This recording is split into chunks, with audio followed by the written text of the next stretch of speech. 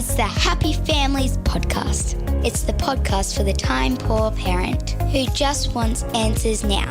Hello, this is Dr. Justin Coulson, the founder of happyfamilies.com.au. Today I'm joined with one of my favourite podcast guests, Dr. Anthea Rhodes. We get to chat pretty regularly about the great work that she does with the RCH National Child Health Poll. Dr. Rhodes is an associate professor of public health. She's a paediatrician and she directs the Royal Children's Hospital National Child Health Poll. So Anthea, welcome to the podcast. Great to have you along again to talk about your latest poll. Thanks, Justin. Great to be here as always. I wanted to talk to you about this poll because it struck me as both being awful and so true and something that I could completely relate to. And I don't know if I want to admit to this, but in a nutshell, the latest Royal Children's Hospital National Child Health Poll found that while more than 90% of parents say that they enjoy playing with their children or their child, 36% said that they would prefer to do something else. Basically, what you've done is you've asked, 2,000 parents about how often they play with the kids, how it feels to play with the kids. Why don't you walk us through what you actually found beyond that one stat? Yeah, so we also found that around 2/3 of parents said they found it hard or boring to play with their kids. And that was a more common experience for dads than it was for mums, and particularly when children were very young, or babies. Mm-hmm. We found that, as you say, parents sort of knew it was important. So that was really reassuring to us. But at the same time, they found it hard to find the time and the energy to schedule in play. Some parents said they felt like play these days is just not as good as it used to be back when they were kids, that kids have forgotten how to be bored, and that we, really need to think about what play looks like and whether it's as good as it was perhaps when we were growing up. Let me ask you, when you were growing up, so you're a Gen Xer, am I safe in putting that out there? Oh, that's pretty safe, safe. Okay. Yeah. You and I both fall into that same category. Did your parents play with you much, Anthea? Do you know, my parents didn't really play with me much. They were pretty busy, pretty hardworking. They had small business. I've got two sisters who are pretty close in age to me, and my memories of my childhood were full of play, but most of it didn't involve my parents. So there was a lot of us being left to occupy ourselves. We spent a lot of time, down the street, around with the neighbours, or in the back room at my parents' shop, actually, where we spent many of our hours after school. And we did a lot of imaginary play. We had things that we dreamt up, that we made up, that we still laugh about sometimes today. And lots of parents listening would be maybe able to relate to that. They'd think about the fact that we didn't have devices. We had TV, we had free-to-air program TV. So you might have half an hour in the afternoon where something interesting was on, but that was it. And things have changed a lot. This survey showed us that the most common way kids in Australia are playing today is with devices, and that they're much more likely to be doing that than they are to be playing outside. So play has changed. It's not all bad news. Play is about opportunities for kids to be creative, for them to do things that are led by themselves. So they think about what it is, they make it up, and that it's just because it's satisfying. Mostly fun, but not always. Play can also be a bit stressful. It might actually, result in kids being upset, but there's learning in all of that because it's experimentation. So it has changed, but it doesn't mean that it's gone away altogether. But we as parents maybe need to think a bit more about where are the opportunities for play today for our kids in our busy lives. So I want to jump in with a couple of things and bounce them off you and just see what your data says, what your experience as a paediatrician says. And I think it's really interesting to go back to your 2/3 call it hard or boring. I've really struggled from the time, I'm dad to 6 kids, but I've really struggled to quote unquote play with the kids. Once they were crawling, I used to tickle them and I'd grab their legs as they crawled away and pull them back to me. And I've always loved wrestling and rough and tumble play. But if the kids want to sit down and play a board game, or if they want to, play dress-ups or play make-believe. For a parent, there's nothing intrinsically motivating about sitting down and dragging yourself through the pain of that kind of child play. And there's a few reasons for that, I think. One of them, particularly for young children, is play is really repetitive. Yes. And that's deliberate. And, you would know about this with your background, understanding psychology and how brains work and how brains grow. But what kids do when they play is they do the same thing or something very similar. They just change it a little bit, and they change it a little bit again, and they change it a little bit more. They don't change it enough to make it interesting for us as parents.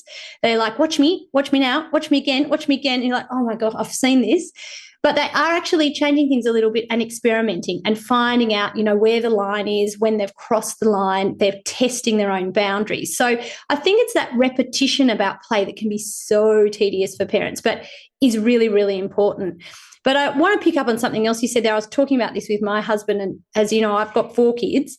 And I said, this study really showed that, parents don't always want to play with their kids, and especially dads. And he laughed and he said, well, we can't all be Bandit from Bluey. Ready and for yesterday. Hooray! Wow, my second day on the planet. Look at all this. It's amazing. So for parents listening who watch the show, Bandit is, he is great at playing with his kids, right? Maybe not so great at doing some of the other tasks around the house, but he's going to lie on the floor. He'll stand there while they hose him down. He'll put the dress ups on. He'll get into the make believe, and you can see how that's fabulous, and it's really promoted, and it's a beautiful thing about Bluey as a show. But it's also a high bar to set. And I think what this study has really shown is that, lots of people feel that way. It's not that easy. It's not always intuitive. Some parents have said to us, I don't think I'm very good at it. I don't know how to play with my kids. But you know what? There is no perfect, and there are no rules. And, it doesn't have to be make-believe. It doesn't have to be Play-Doh. It doesn't have to be Trivial Pursuit. It can be something really simple. Maybe it is chasing them down the hallway. Maybe it's more of that rough and tumble. Maybe it's just something that you're quizzing each other about. It doesn't even have to be physical. Maybe it's something you're talking about or bantering about in the car when you're driving along. So there are lots of little moments of play in our normal lives. And I think sometimes as parents, we just don't see them. And maybe we give ourselves a bit of a, raw deal. We're doing better than we think. Yeah, the guilt trip never feels good. We pack our bags and send ourselves on one of those pretty regularly, especially when it comes to parenting. The idea that play can be whatever you want it to be, though, really resonates for me, because while I mean, jumping on the trampoline, the older I've gotten, the more gravity has become not my friend. It hurts. You haven't even physically had 4 children yourself, Justin. I know, so you know. I know, and I that's a kind of a sensitive area. I probably shouldn't have chosen the trampoline, but I hate jumping on the trampoline. But if the kids want to come for a swim, or I said, the rough and tumble stuff, or kicking a ball, and there's plenty of research that shows that dads do some kinds of play really well, and they're not that into other kinds. Let me ask you, Anthea, when you asked parents about how much time they have for play, what were their responses? Are they saying, oh, yeah, I've got the time, I just don't like doing it? Are they saying, I'm flat strap, I'm too busy on Netflix, I've got work? What sort of responses are you getting? We found both. So we found there are some parents who have the time, but they just prefer to be doing something else. Right. And then there was around a third of parents who said that they'd like to play with their children more, but they felt they were too busy. And that was more common among parents who were working, perhaps unsurprisingly, than those who were at home full time with their kids. So a bit of a mixture of things, when it came to how they prioritise it. But I think one of the other big things to come out of the study that's important is that obviously parents are not the only play partner for kids. Yeah. So there are other people that kids play with. And something really interesting and positive for us out of this study was that around half of kids most often play by themselves when they're at home. This is not when they're at school. So they're occupying themselves. They're doing something, and this is not on a device. So this is time they spend playing not on a device, where they're independent. And that's a really important skill and really reassuring, and I think important for parents to know how normal that is and how common that is. There doesn't always have to be someone else involved in play. It can just be about interacting with your environment.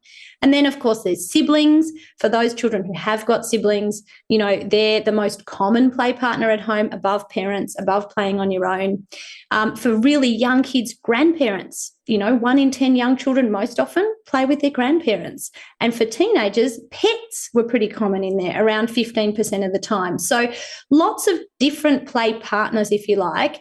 It doesn't always have to be parents, and it doesn't even have to be anyone. And it's still a really healthy and important thing for kids to be doing. So leaving them to their own devices sometimes is absolutely fine. I do have concerns that kids are playing on screens more than is healthy. Did you get any data in the poll about the screen play stuff?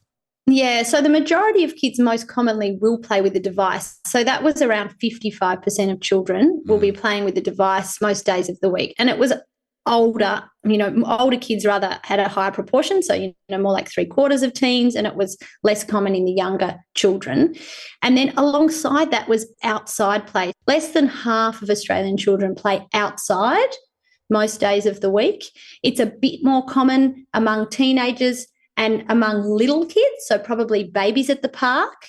And, teens are maybe getting out independently a bit more. But through that primary school age group, certainly well under half of Australian kids getting outside most days. So, and that looked the same regardless whether they were boys or girls, which was really interesting to us as well. So a big reminder there about how important it is for kids to get outdoors. We know lots of things, and you know this well. I've heard you talk about it before, the benefits of being in nature, in the environment, and then, of course, that physically active play that is much more likely to be happening if you're outside. And related to that was where outside they play. So, is it in your own backyard? Is it in your street? Is it down the road? And for families who had access to a backyard, most commonly it was still at home. But for teenagers, we're seeing that they're getting away from home. They might be out at the park.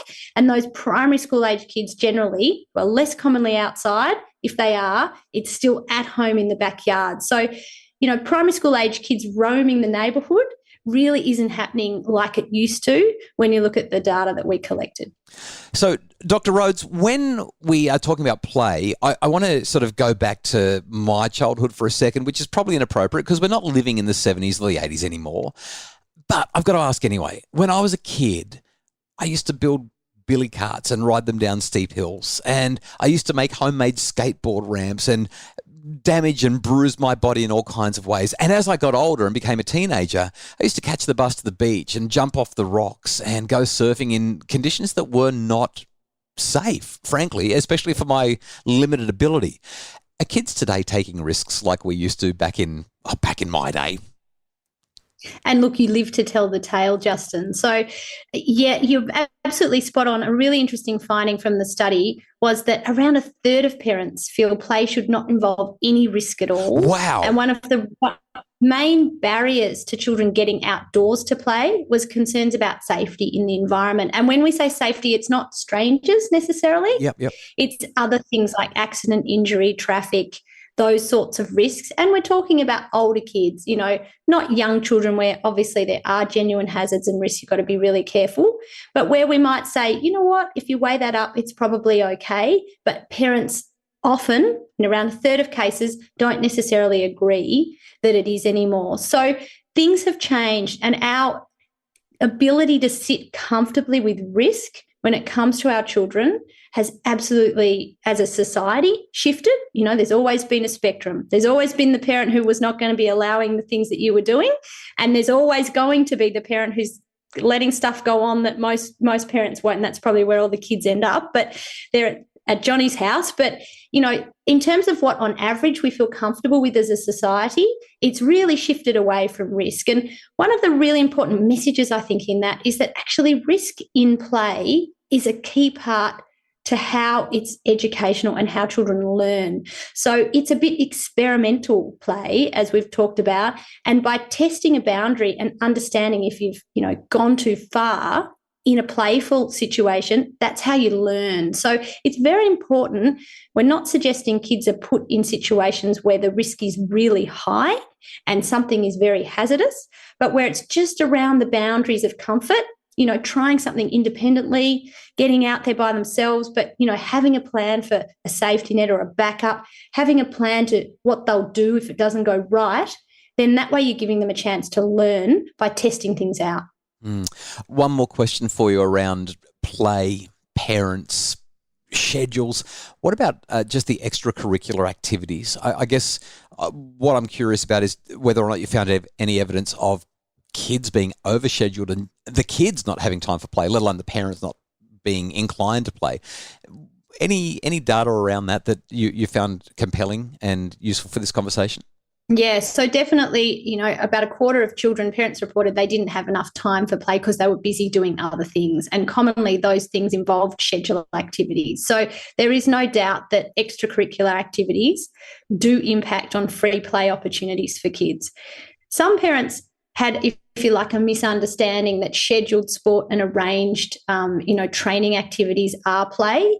They can be playful and they're certainly good for kids in other ways. There might be lots of benefits there. I'm certainly not suggesting kids shouldn't get out there and get involved in community sport, but they're not generally child-led and free in terms of agenda and activity in the way that true play is. So the learning and the benefits and the experience are different. So it does suggest, our study, we're back to scheduled activities. They all disappeared for a while in COVID and we saw much more traditional patterns of play happening.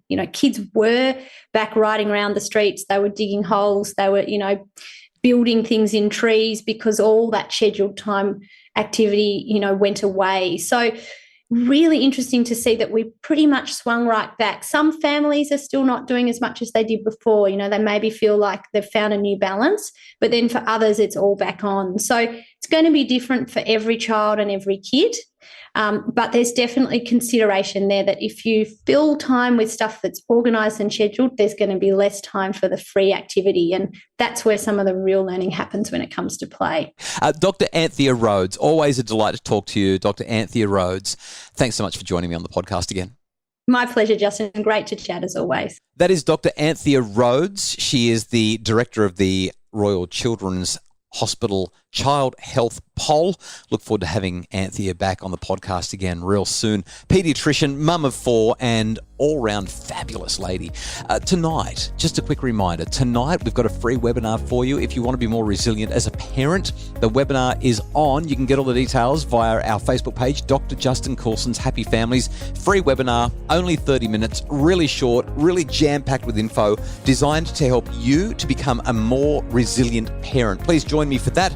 Free, in case you missed the first 3 times I said it, free webinar. It's tonight. All the details are at our Facebook page, Dr. Justin Coulson's Happy Families.